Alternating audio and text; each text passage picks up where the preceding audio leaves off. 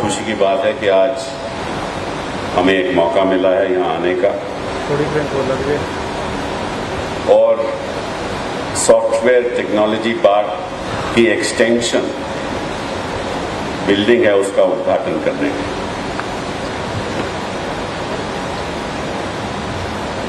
जब software technology की शुरुआत हुई और राजीव गांधी जी उसका महत्व समझते थे तो बड़ी आलोचना होती थी कि अगर आईटी सेक्टर में आईटी को बढ़ावा दिया जाएगा तो लोगों को रोजगार कहां से मिलेगा, लोगों का रोजगार खत्म हो जाएगा।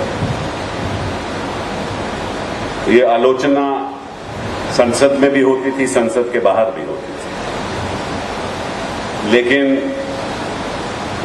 आज वो दृश्य बदल गया। जितना योगदान आईटी सेक्टर का है शायद ही किसी और सेक्टर का होगा।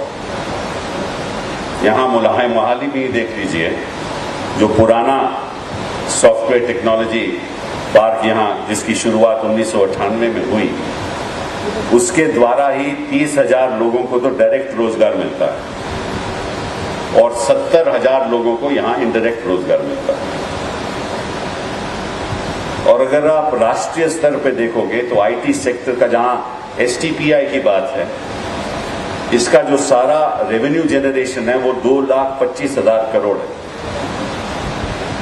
हमारा एक्सपोर्ट आईटी सेक्टर के द्वारा $69 बिलियन है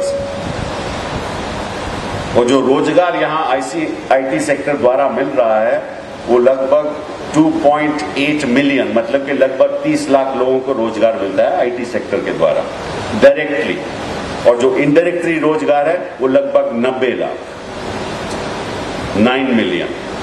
तो दोनों मिलाकर लगभग 1,20 लाख लोगों को आईटी सेक्टर के द्वारा रोजगार हिंदुस्तान में मिलता है और इसका योगदान जीडीपी में 7.5% है।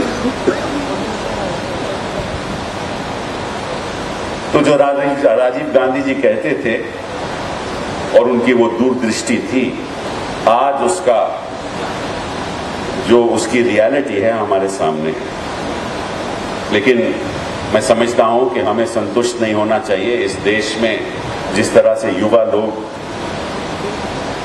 शिक्षा संस्थानों में बढ़कर आगे आ रहे हैं और अगर उनको रोजगार नहीं मिलेगा तो यहां अराजकता पैदा होगी। तो रोजगार दिलाना हमारा अहम लक्ष्य होना चाहिए और यूपीए सरकार का ये लक्ष्य है।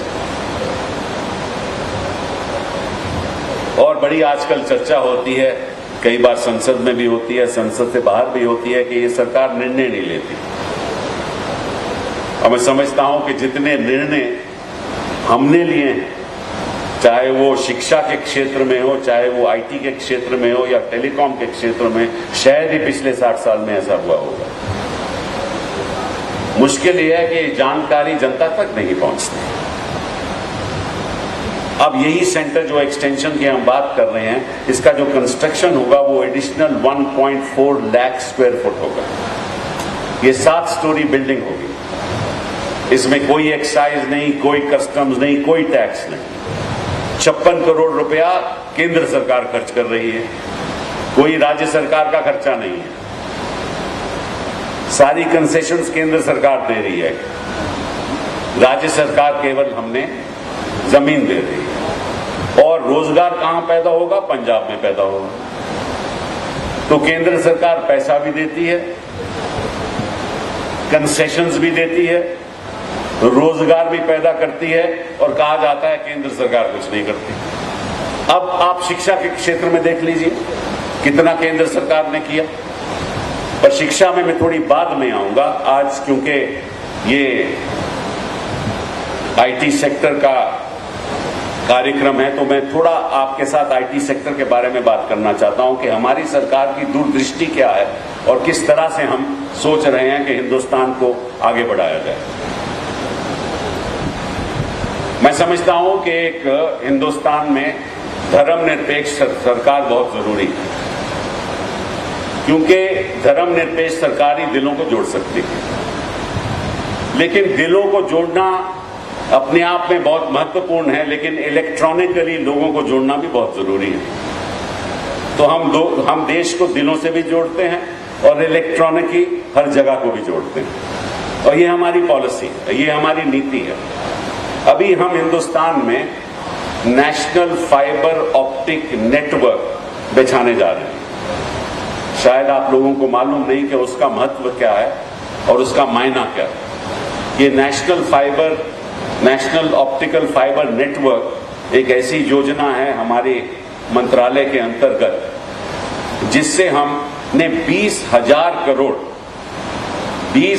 करोड़ अलग रखा है कि 2,50,000 ग्राम पंचायतों में ये national fibre optical network lay down किया जाएगा। 2,50,000 ग्राम पंचायतों में।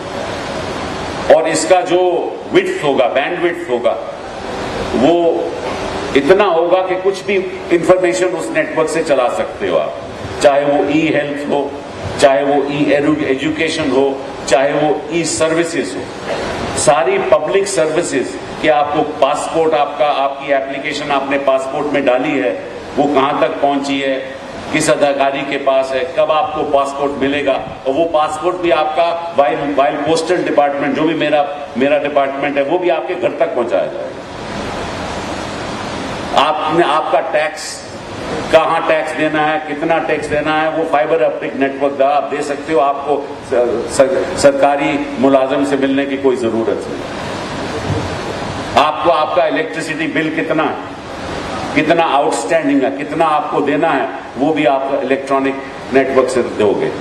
आपका पानी का बिल, कोई भी आपकी सर्विस हो, आपके लैंड रिकॉर्ड्स, ये सब पब्लिक सर्विस इलेक्ट्रॉनिक नेटवर्क से जुड़े जाएंगे। और हम एक लेजिस्लेशन ला रहे हैं, इलेक्ट्रॉनिक्स डिलीवरी बिल, ताकि हर राज्य सरकार 5 साल में हमें बताए कि कौन कौन सी जो पब्लिक सर्विसेज हैं वो हम जनता तक पहुंचा पाएंगे through this national fibre optical network, वो सब फ्री होंगी। कहने का मतलब ये है कि ये योजनाएं वो एक दिन तो नहीं बनती, इसमें वर्ष लगते हैं, कई वर्ष लगते हैं, लेकिन इसमें विचार करके निर्णय लेना पड़ता है। हम वो निर्णय ले चुके हैं, हम पैसा अलग रख चुके हैं 20,000 करोड़, और हम अगले 2 साल में हर ग्राम पंचायत 2,50,000 ग्राम पंचायत को कनेक्ट कर। फिर इसके अलावा आकाश के द्वारा, अगर हर बच्चे के पास आकाश होगा, और हमारा प्रयास होगा कि अगले 5, 7, 8 सालों में हर बच्चे के पास आकाश हो, उसको हम नेशनल फाइबर ऑप्टिकल नेटवर्क से साथ जोड़ के वो बच्चा अपने सबक आकाश से पढ़ सकता है। उसको अपने कंधे पे वो बोझा जो उठाता है, छोटे छोटे बच्चे, वो बोझे उठाने की जरूरत नहीं, सारी टेक्स्ट बुक्स उसमें आकाश में होंगी और सारा इलेक्ट्रॉनिक नेटवर्क के साथ जुड़ा होगा, और कहीं से भी कोई भी सबक उसके आकाश के द्वारा उसके घर तक और उसके लैपटॉप पर पहुंचेगा। ये सोच है हमारी, और इसी सोच के साथ हम आगे बढ़ रहे हैं। फिर महामहिम राज्यपाल ने बहुत अच्छी बात की कि आईटी में तो हम बढ़ावा कर ही ले रहे हैं, लेकिन पंजाब को मैन्युफैक्चरिंग में भी करना चाहिए। और बादल साहब ने कहा कि एक तो सेंटर यहां खोल दिया है और एक सेंटर कहीं और खोलना चाहिए, तो मैं तो आदेश अपने सेक्रेटरी को दूंगा कि भैया आप अगले अपनी योजना में 10 लाख स्पेस क्रिएट करो आईटी सेंटर में सारे हिंदुस्तान में, और इसमें एक अमृतसर में भी दे।